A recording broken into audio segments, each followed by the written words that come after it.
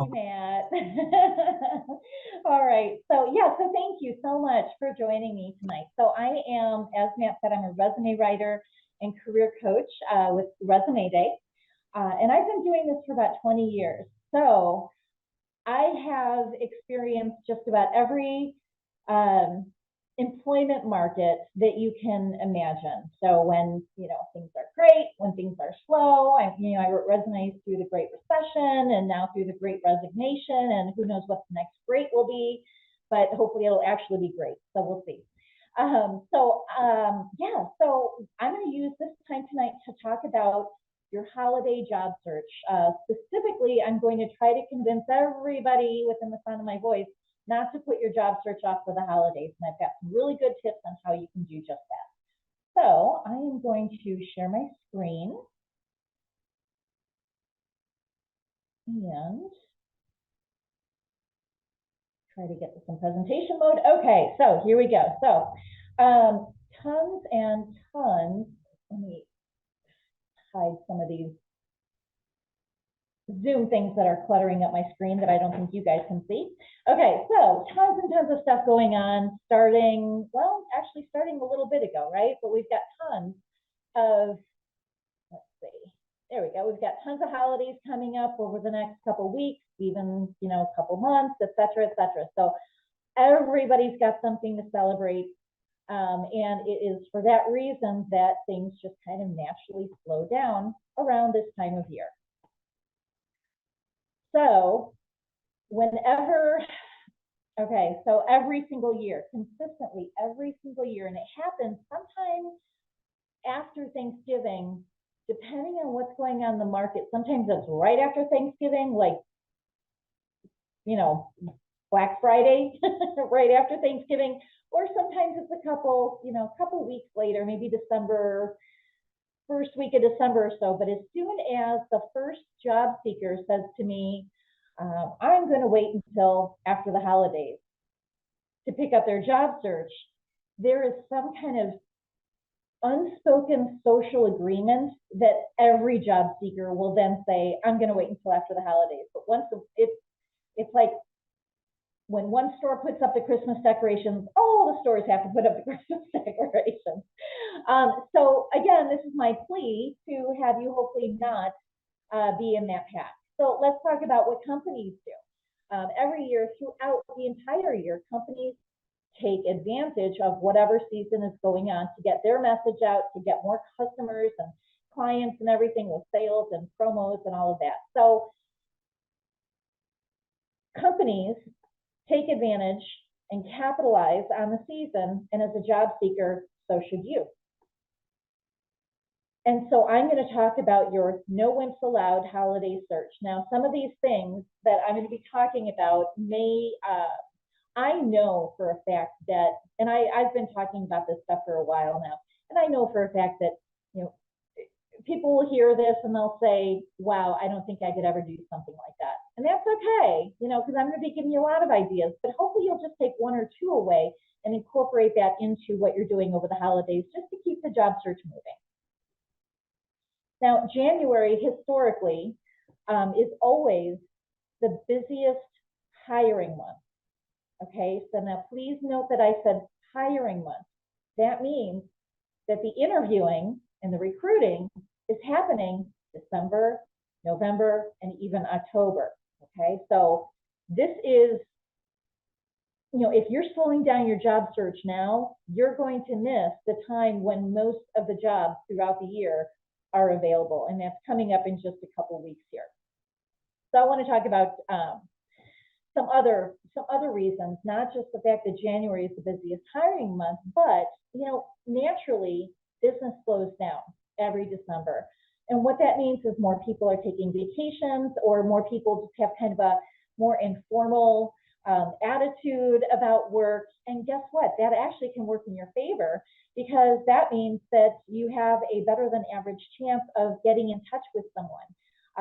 Getting in touch with department managers. Not that you should bombard companies with phone calls, but if you just kind of see an opportunity to connect with someone, take it, because it could be, and be honest, the holidays, people are feeling a little bit more generous. And so you might have an easier time of getting a couple moments of someone's time rather than say in June or, in May when things are really kind of ramping up. So yeah, so business slows down in December, so keep that in the back of your mind. And the numbers are definitely in your favor because, like I said, once one person says, I'm going to wait until after the holidays, everybody else is. What that means is that those job seekers are voluntarily taking themselves out of the hiring pool and the interviewing pool. So things just got better for you. Also, seasonal jobs. Now we've got a whole bunch of companies. I don't know if that's on this next screen or no. Okay, so it's not, but I'll get there. I'm kind of jumping over myself here, but seasonal jobs, quite often, they could turn into full-time opportunities. They don't always, but they really could. So, seasonal jobs right now, UPS and FedEx, Amazon, even stores like Target and Kohl's, the numbers are good. Around this time of year, I'm always checking out the numbers to see, okay, how are the seasonal jobs? Are they up from last year? Where are they at? And the seasonal job numbers are really, really good this year. And it's not just, when I mention seasonal jobs to someone, they're like, oh my gosh, the last thing I want to do is be a cashier, at Walmart or Target. Well, that's not just the only type of seasonal job. There are a lot of phone customer service, even certainly more than ever before, remote customer service. There are a lot of people traveling for the holidays, so there are a lot of seasonal jobs in travel and hospitality. So think about that. Think about what type of business goes up during this season and what are some of the vertical services that would go along with that. And then, of course, just looking at job ads and seeing what job ads are out there. But, even smaller businesses smaller local businesses get a boost in business. So keep your eye open. It could be surprising that you could find a seasonal job that you are actually really, really excited about. We're here in the Chicago area. Well, Chicago's a phenomenal tourist area, particularly around the holidays with all the Christmas decorations and everything. So, that just means that stores are open later, a lot more opportunities for seasonal jobs. And then, like I said, not that you can't count on a seasonal job opening up and becoming full-time, but if it's something that you really love and enjoy doing, put the word out to your manager or supervisor or another coworker that, wait, this is fantastic. If this could stretch out beyond the holidays, I would definitely be interested. But here's the thing. You have to be the one to make that known, because when managers are hiring for seasonal positions, their assumption, and usually a very accurate assumption, is that job has an expiration date on it, usually sometime in January. So if you actually want that, and they don't necessarily talk about the extensions to their seasonal crew. So if you are interested in making the job last longer, you have to be the one to have that conversation with someone. Let's see, and this is where people get a little like, I'm not sure about this, but just hear me out. The holiday parties that are coming up, whether it's through an employer or just, a bunch of friends, maybe you've got a Friendsgiving party to go to, or whatever it is, but you're just going to be probably, if you're going to any parties, you're going to be in a room with people that you are not normally in a room with. Now, that does not mean that I'm encouraging anyone to turn a holiday party into their career counseling session. You don't want to be sitting on someone's decorated mantle, in front of their fireplace going, yeah, I just got laid off. I mean, you're not trying to be the bummer of the party, right? The Debbie Downer. But it is a great place to say, hey, it's so good to see you. How are you doing? And then when they ask how you're doing, I'm doing really well. You know what, though? Next year, I am going to be launching a job search, and I'm looking for, give people a clear indication of what you're looking for, and say, but I'm really excited. I've got a couple of recruiters that I'm working with, so I feel really, really good about it. But of course, if you've got any great advice or any recruiters or any job leads or anything, I would love anything that you could pass along my way. But when you keep it in an upbeat tone like that, it keeps the conversation in that upbeat tone, and people will not be like, oh my gosh, you poor soul, I'll be praying for you, because that's not what you're trying to turn the evening into. Okay, but just keep in mind, you are going to be in the room with people that you are not normally in the room with, so capitalize on it. But again, in an upbeat, fun way, which is fun as the job search can be, I guess. And then my last little tip, and then we'll go on here, is spend some time, if you have the time available, spend some time doing good for others.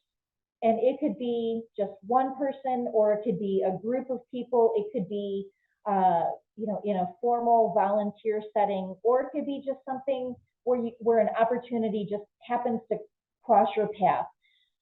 Spend some time doing good for someone else. And I say that as someone who has had both of those opportunities, the formal, I'm going to sign up with this organization, or I just happen to see something and I'm going to act on it. It always comes back to me. It always comes back to me. And it's a lesson that I just remind myself of time and time and time again. And when we're putting out that good energy into the world, especially, around winter time, holidays and such, like I said, it could come back to you, and it could come back in a really wonderful way. I'll give you a very quick example here. This was years ago. I was at an in-person presentation, probably talking about resumes or interviewing or something. And after I do these presentations, I do, when possible, I like to stick around and talk with people and answer questions one-on-one. And sometimes people will have their resume, so I'll take a look at that.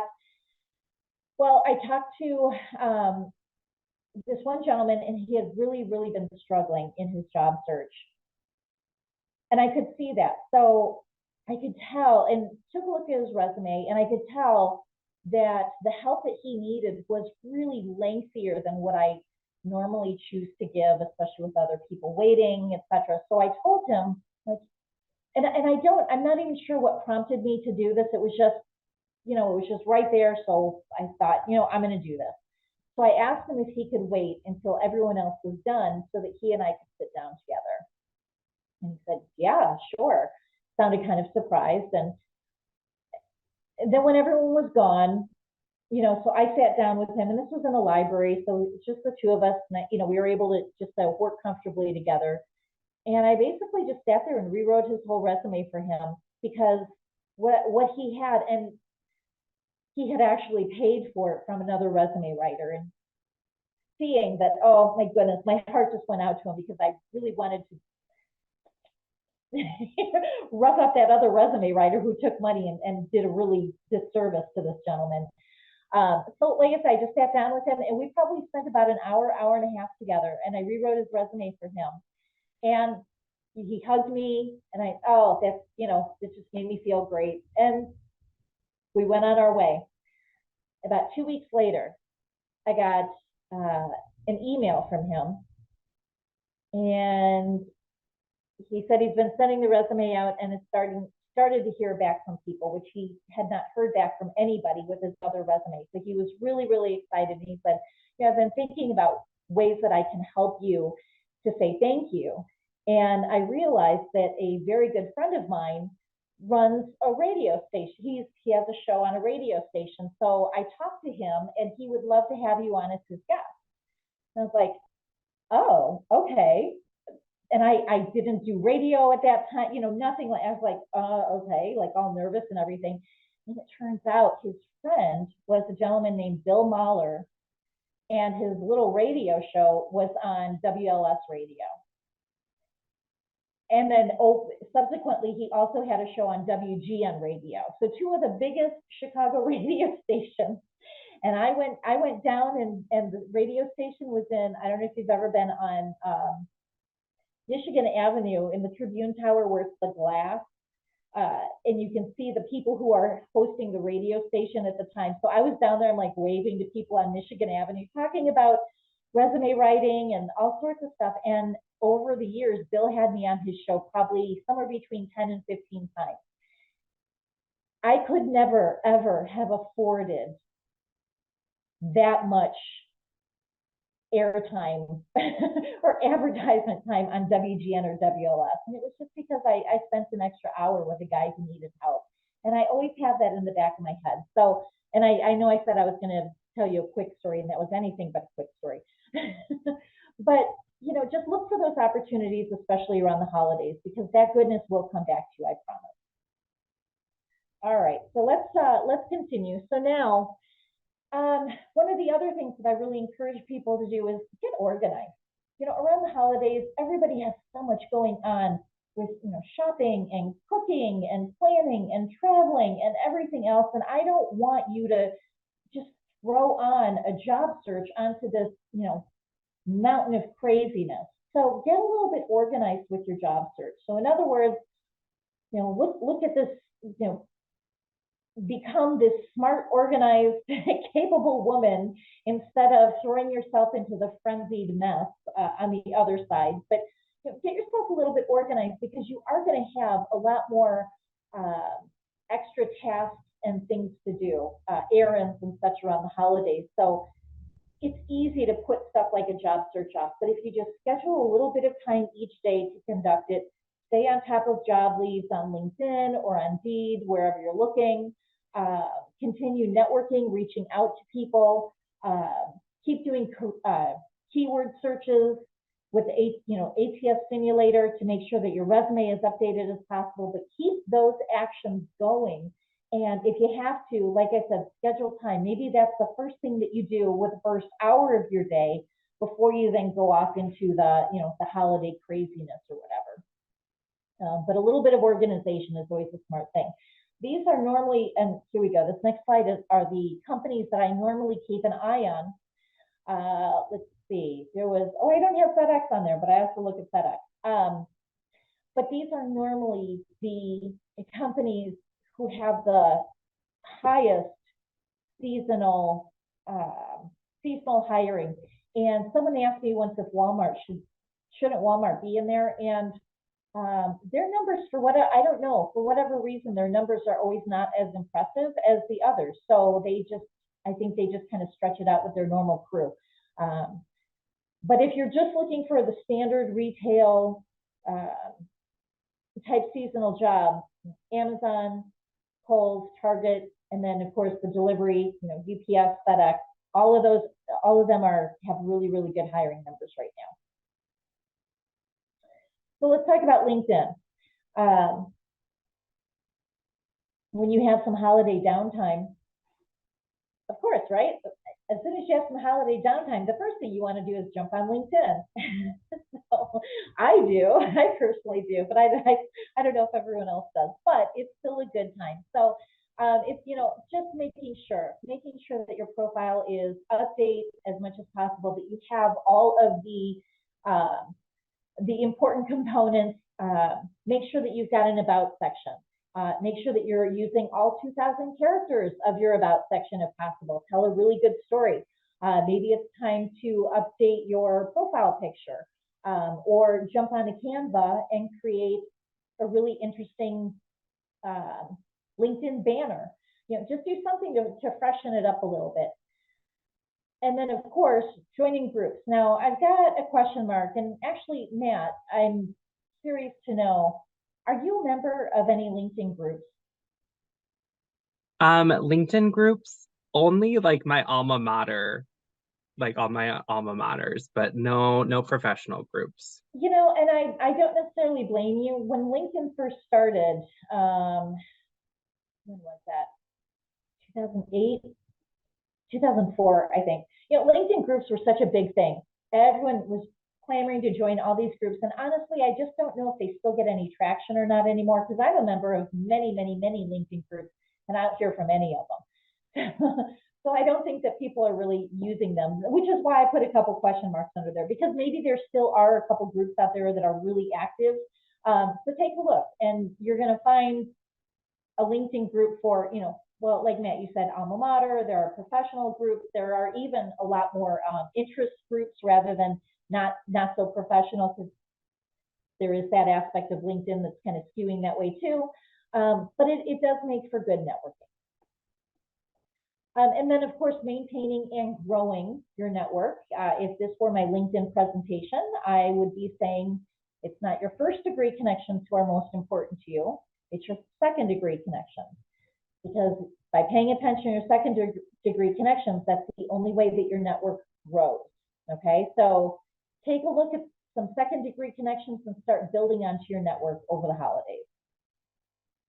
And then, of course, connecting with recruiters. Now, as companies are slowing down, recruiters are not necessarily slowing down because, again, remember, the interviewing is happening now for hiring in January. So this is actually a good time to connect with recruiters because they actually have more opportunities than ever before.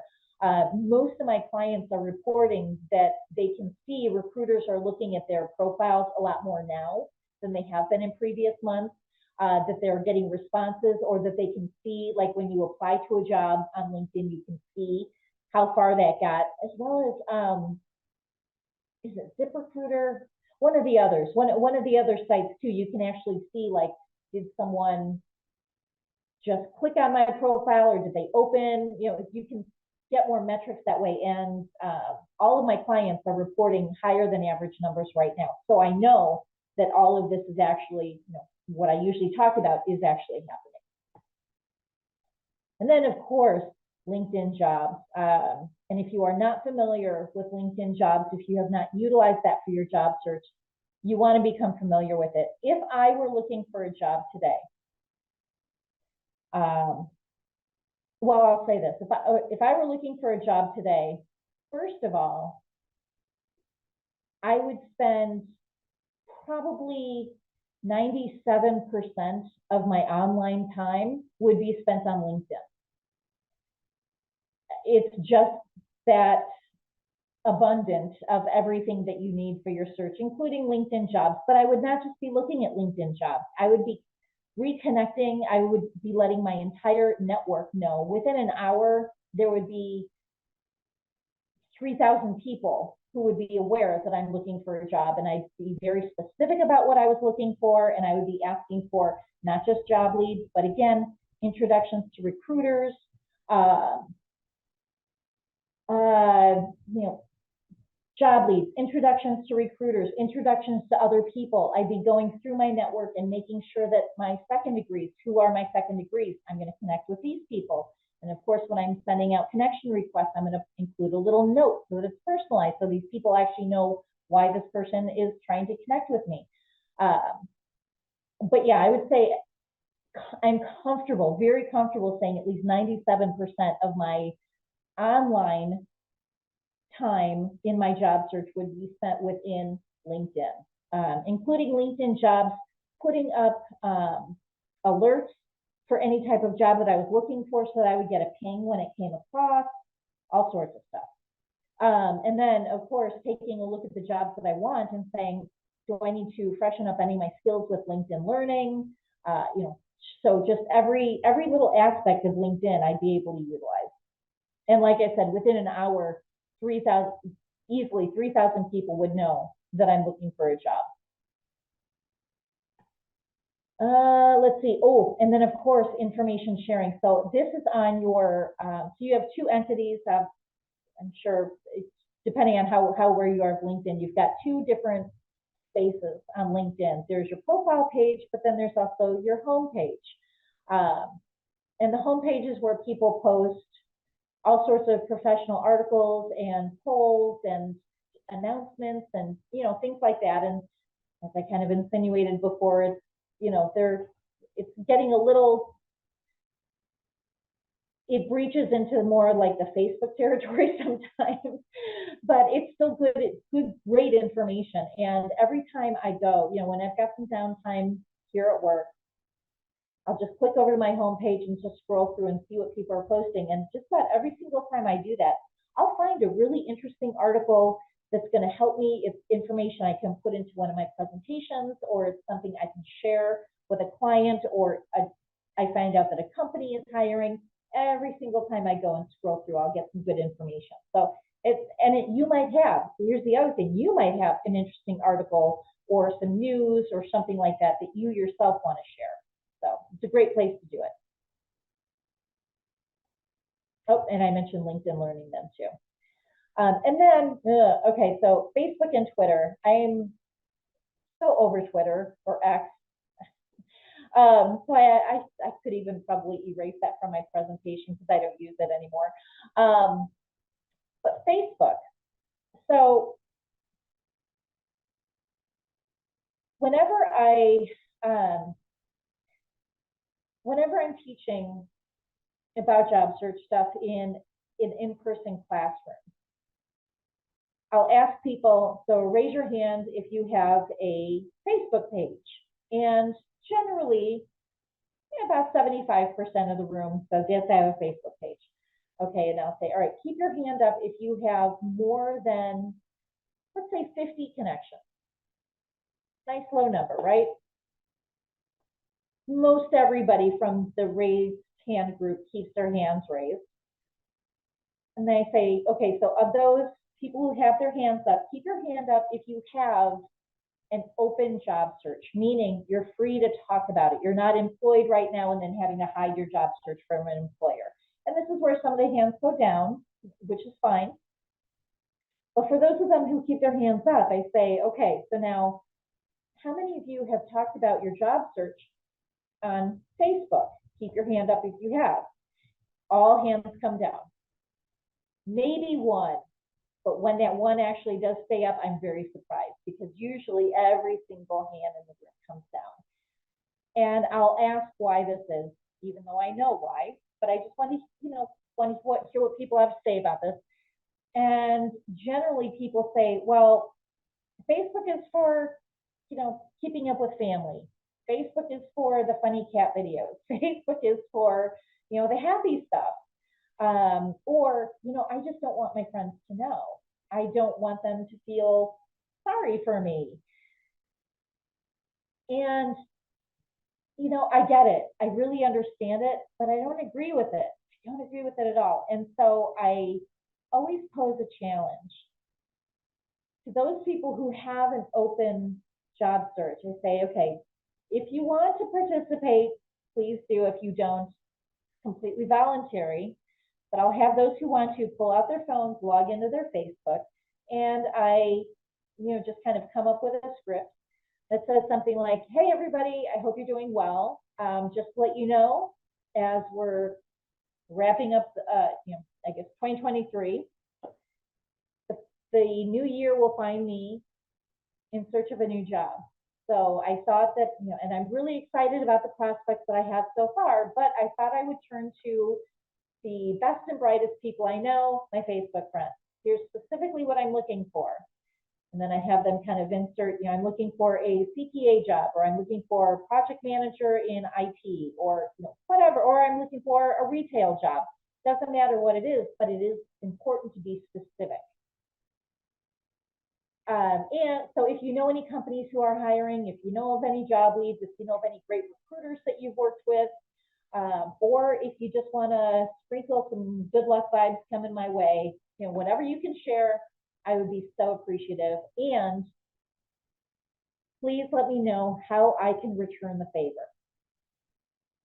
And then I have everyone turn off their phone, put them aside, and then we go on with whatever presentation I'm doing. And then about an hour later, as everything's concluding, I'll have them open their phone and we talk about the results. We talk about what's happened in the past hour. Every single person who does this has messages on there like, oh my gosh, I'm in a job search too. I didn't even think about posting it here. I'm working with a great recruiter. I'll be happy to share my information. I don't know if my company's hiring, but we've got a job board. I'll take a look for you tomorrow. There are those kind of messages.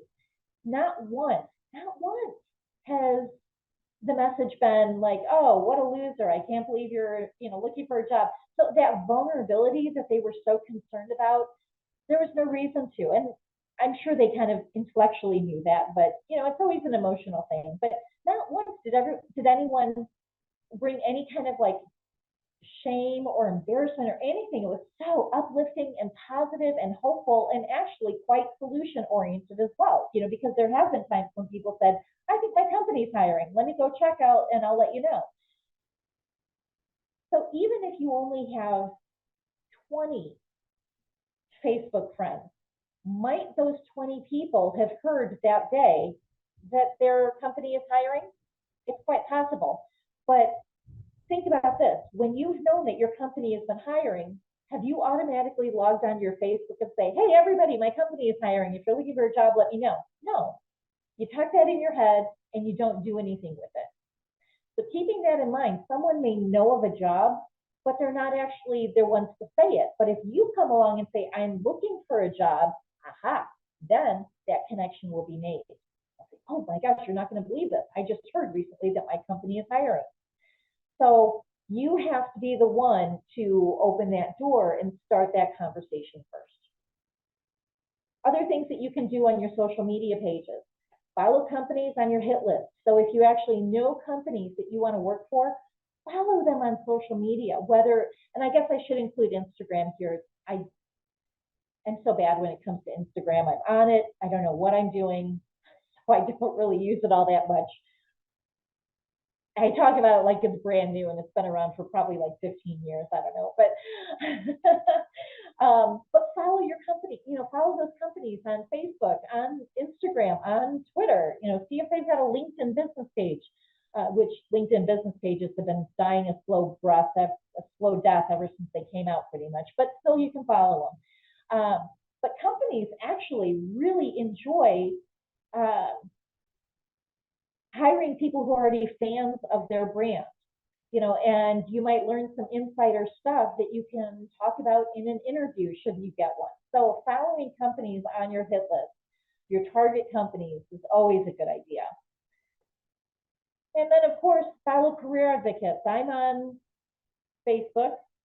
I think I'm on Instagram as ResuMAYDAY. I don't know. So don't follow me there because I don't think I post anything.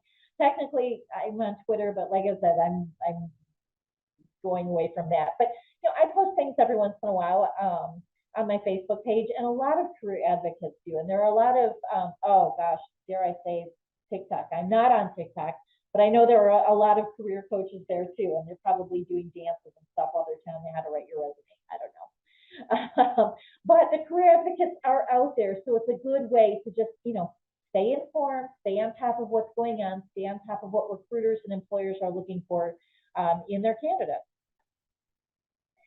And then, do you belong to any online groups, whether it's for social or professional? Networking, taking time to just drop a quick note in your online groups about your job search. Lots of forums for job clubs. I don't know if Addison has an online forum for their job. We do not have any sort of online platform specifically for job seekers. Okay, and some do, but a lot of the libraries that do, there's more of like an actual official job club, I think, associated. Like the St. Charles Library, they deal with TUG, which is Tri-City Unemployment Group. Sorry, it rolls off the tongue. But so there are a lot of different forums for job clubs. And by the way, those could also be through a lot of churches throughout the Chicagoland area also host job clubs. And by the way, anyone listening to this, if you are interested in a longer list of job clubs in our area, let me know. Matt, I don't know if you have that as well, but I've got okay, good. We should compare notes, by the way, because mine might be outdated from the pandemic. Sounds good. And here you go, the job club list. For mine, you can email me. Holiday networking letters. Now, I don't know if anyone sends out those, holiday letters of, bragging about your kids and all sorts of stuff. My husband's family, it was so funny. They got this family sent them one, and every year it was like the most inappropriate stuff. thing we look forward to most all year. But but if you are, if you are that family that sends out a holiday letter, there's nothing wrong with putting a just a short, again, upbeat blurb in there, like, oh, so, Sharon's looking for a job. We're really excited for the things that the company she's talking to. But of course, if you have any job leads, know of any companies who's hiring, have a recruiter in mind, or just want to sprinkle some holiday magic our way, we'll take anything you've got. Again, it's just one more outreach capitalizing on the season. And then this is where, if you are going to those parties, create your holiday elevator pitch. And what I mean by this is, again, creating a message that is not the Debbie Downer, that's not going to change the entire tone of the party, into something sad and what it's not meant to be. So come up with an upbeat, again, and I always like to start out, whenever I'm helping anyone construct this, I always like to start out with, I'm really excited about my prospect. Because right off the bat, that's happy, right? That's excitement, and you've got prospects. Even if it's a little bit of a, white lie, just say, I'm excited about my prospects. Right off the bat, that sets a positive tone. And then talk about specifically how they can help. A couple of years ago, one of my friends posted on Facebook, actually, that he was looking for a job. And he didn't say anything about the type of job. He was like, hey, everybody just got, I don't know if it was a layoff or whatever. But he's like, so I'm looking for a job if you know anyone who's hiring. And that was it.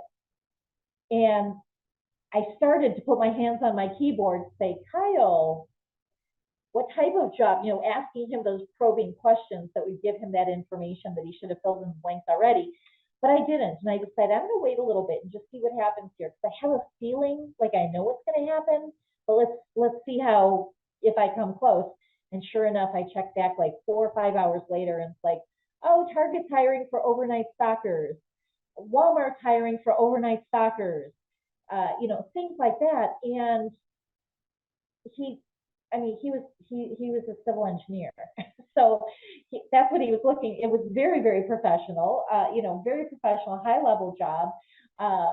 It's like, boy, with just a little bit of messaging, better messaging there, you would have gotten, and who knows, maybe no one, maybe he didn't know any other civil engineers, but he still would have gotten, hey, I've worked with this recruiter, or I don't have anything, but I'm wishing you luck, man, or whatever. It just would have been more at his level that he needed. So make sure that you, in your holiday elevator pitch, that you actually tell people what you're looking for. That's the easiest way to let people help you. Now, this next one, this is one of these ideas where I say, I think this is a really good idea. And I know some people have actually done it, but I've had other people say, oh, I don't know, that's just not for me, which is totally cool, but I still want to put this idea out there. And the idea is coming up with a consulting partnership. And what this is if you, dramatic water pause, sorry. So you're out of work, and let's say that you are, let's say you're in marketing, and you know someone else who's out of work. And let's say they are in graphic design.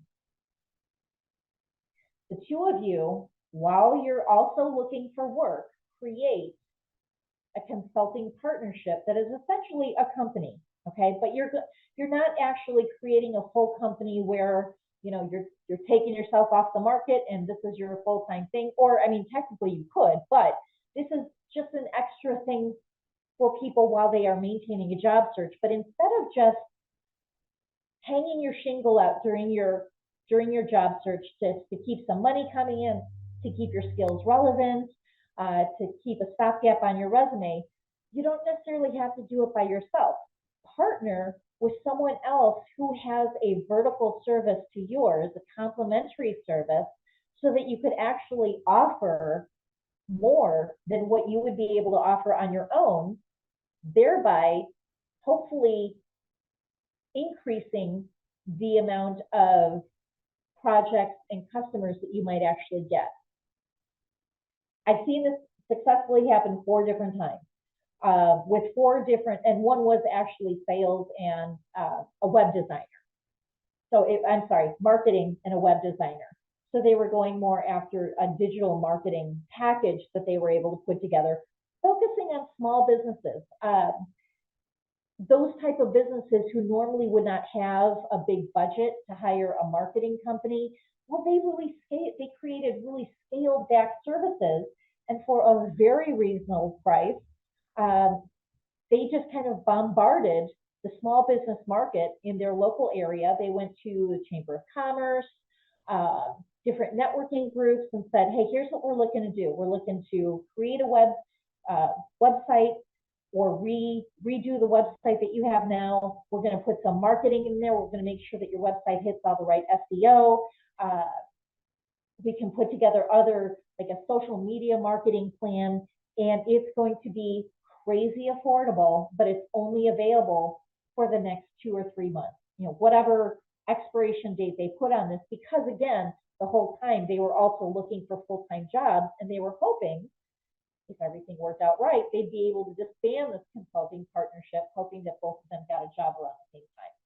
Like I said, I've seen this successfully done 4 times now, and it's just been really cool. The results are, you are expanding your network. When you partner with another person, now you're able to tap into their resources, their network. You are keeping your skills sharp by actually creating work for yourself. You're able to put that stopgap on your resume and talk about not only the projects that you did, but also creating a business is work, not just the work that you're going to do in that business. And so there's a lot more learning that's going on as you're figuring out, okay, how do I actually set up this entity? How do I market myself? How do I get clients? How do I create a presentation so that I can go into a Chamber of Commerce? All of that kind of stuff becomes really interesting points to talk about on your resume. So all of these things, it's a bold thing you do. You have to really trust the other person. But as long as you two both go into this, and like I said, you're not creating a legal incorporated entity. It's just a small, meant to be temporary kind of thing. But I've just seen it work beautifully. So have some fun with it, depending on what you do. And like I said, you have to find someone who's going to complement you, not be competition with you. Okay, so now I want to talk about a very cool website. Matt, have you ever heard of Photo Feeler?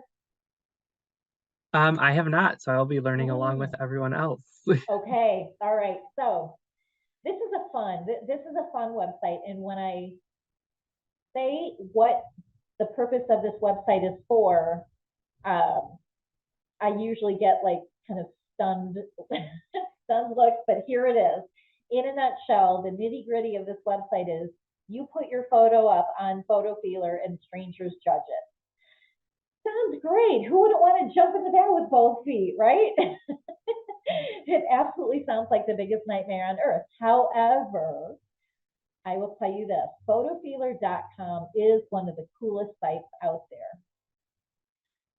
When you join up, as it says, it's free. So you just go there, you join up, and then you're able to run, I think they call it a test. But you upload a photo. There are 3 different categories. There's business, social, and dating. So I have always updated, anytime I've done this, I've uploaded this for my business, which in a sense, it's going to be you're putting what's going to be your LinkedIn profile photo. And people will go through and rate it on a 3, 2, 1, 3 being the highest, 2 being middle, and 1 being not so great, in 3 different areas: how influential, how friendly, and how influential, friendly, and smart. I want to say are the 3 categories.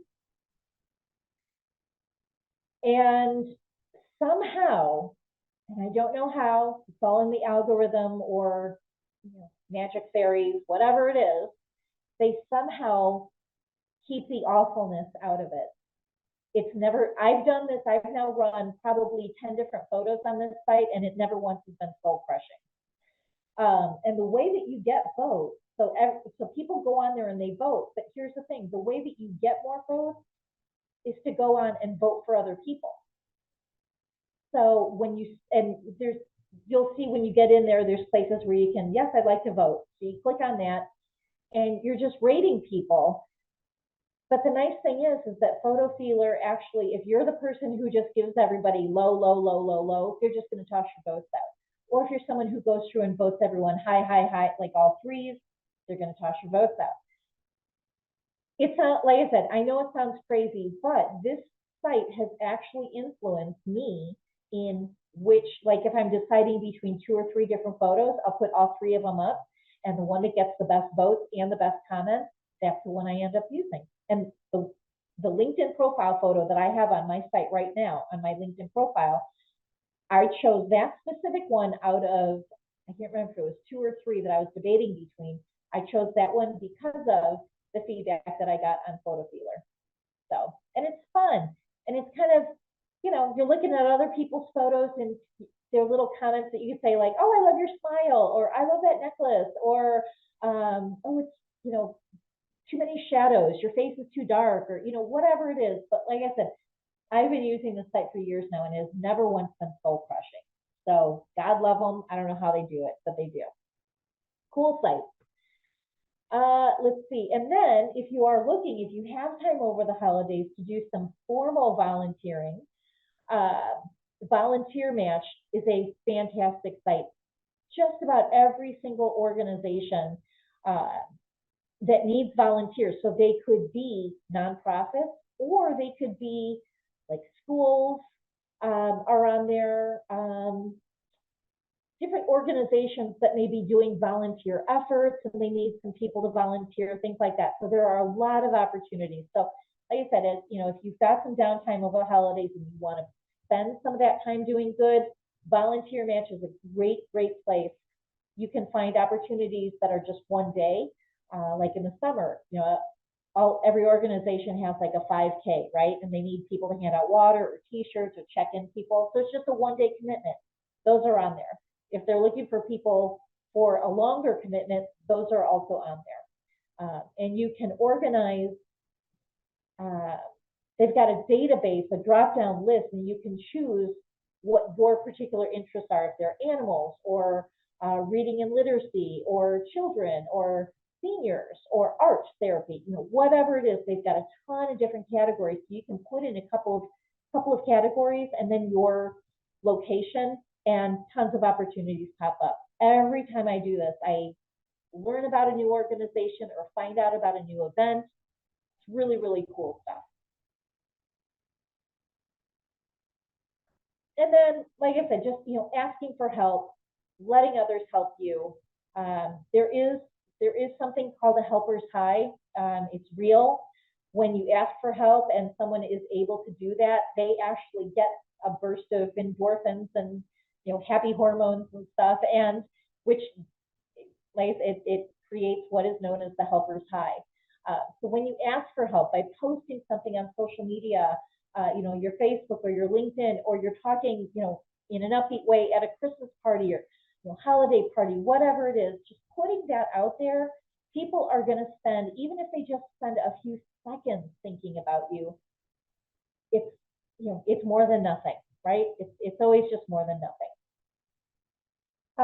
So the last, oh, and there's my little dog Gemma who's sleeping right next to me right now. But the last thing that I have, and I'm going to upload it, let's see. So here's my contact information. If you have any questions about this whatsoever, please feel free to get a hold of me. I would love that. Love continuing these conversations. But what I'm going to do now is upload into the chat. I have a, let's see if I can. Ah, there we go. I've got a document, and I'll go over this too. It is my holiday gift list. So it's a gift list if you are buying something for a job seeker. If you have a job seeker in your life and you're wondering, I wonder if there's a gift I can get this person that's going to help their job search. I've got ideas for you. Likewise, if you are a job seeker who's putting together a wish list, your family saying, come on, give us your wish list, if there are things that from this that could help you in your job search too. So let me upload this here. And Matt, I probably should have just emailed this to you. It would have been quicker, but here we are. Okay, let's see. Ah, there we go. Okay, so hopefully it should be in the chat as a Word document.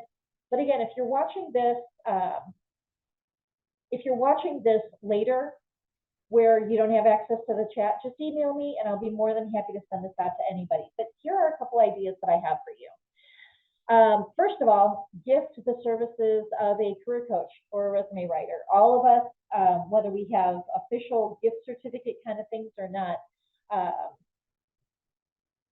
giving the only thing that I recommend is making sure that person actually wants those services before you spend a lot of money on them, because there have been times when someone has purchased services through me and then that person had no interest in using them whatsoever, no matter how much I tried to convince them. So we had to make other plans, which is just fine. But if someone is struggling with their resume, giving them a couple hours with a resume writer or career coach can really be life-changing. The next one, and this really is one of the free ones, if you know influential people, making an introduction of your job seeker friend or family member to someone who's influential, who owns a company or maybe is a recruiter, or just, we all know those people that are the movers and shakers and good people to have, right? An introduction could make a world of difference. Third one, pay the annual dues to an important business association or professional group. Yeah, my goodness, there's no shortage of that whatsoever, whether it's specifically in this person's industry. There are even job club groups at the executive level that are membership and subscription based. And they're not inexpensive, but they're powerhouse groups. So, and that's one of the things, like when someone is out of work, pulling back on the subscriptions and the memberships and the dues, the fee-based things really are one of the things that are cut first. But that's where all the networking happens. So paying those dues for someone could really mean a difference. The next one, paying for an enhanced LinkedIn Premium for a couple of months. Always a smart thing. Now, everybody always gets the first month for free, but you could, I don't know, see, now that I'm actually thinking this through, I don't know if you would just give them money towards that, or if you could actually pay for it and then have it applied to their profile. Now that I'm thinking about it, I actually want the answer to that, so I will look that up myself later tonight. But yeah, premium LinkedIn is fantastic because anyone using that has a clearer shot to recruiters. They automatically get to see more job leads in their search criteria than if they were on just regular. They have in-mails to contact other people, lots of good stuff with premium. And then next, a good book. A good book never goes out of style. Almost every single year or so, What Color Is Your Parachute comes out with an updated version, and that is a great book. There are other phenomenal books on salary negotiations, good books on interviewing, behavioral interviews, things like that. And I'm sure a librarian could really point someone to great books. Let's see. And then consider gifting something wearable. Get your job seeker a really sharp tie or a nice bracelet or one of those nice bags to carry, or Padfolio kind of thing. Just something to kind of elevate the presentation for interviews.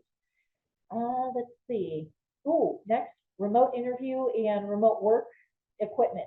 So it could be a Zoom camera with a light attached, which I'm now seeing is not as bright as I thought it was. It could be a decent headset. I don't think that mine is decent, but over the pandemic, I've probably bought like 10 of them, and I'm not happy with any of them. But that's because I don't spend a lot of money. If you're giving someone a gift for one, you could spend a little bit more money and get them something nice. But lots of, there's no shortage of equipment, just little extras, that would elevate a person's remote interviews. And then lastly, just something that rewards their hard work. looking for a job is a job. I say this, anyone who's looking for a job experiences this. So it could be just something, give them a night out at the movies and a dinner. Just something where this person can just unwind a little bit. Maybe it's a massage, maybe, it's a sports, sports game or a concert or something, but just reward their hard work, let them decompress, so that, the next Monday they can pick it up and start all over again with a refreshed attitude and whatever they need. So there you go. So that's what I have for you. And in that spirit, I am wishing everybody an absolute wonderful and prosperous holiday season in 2024.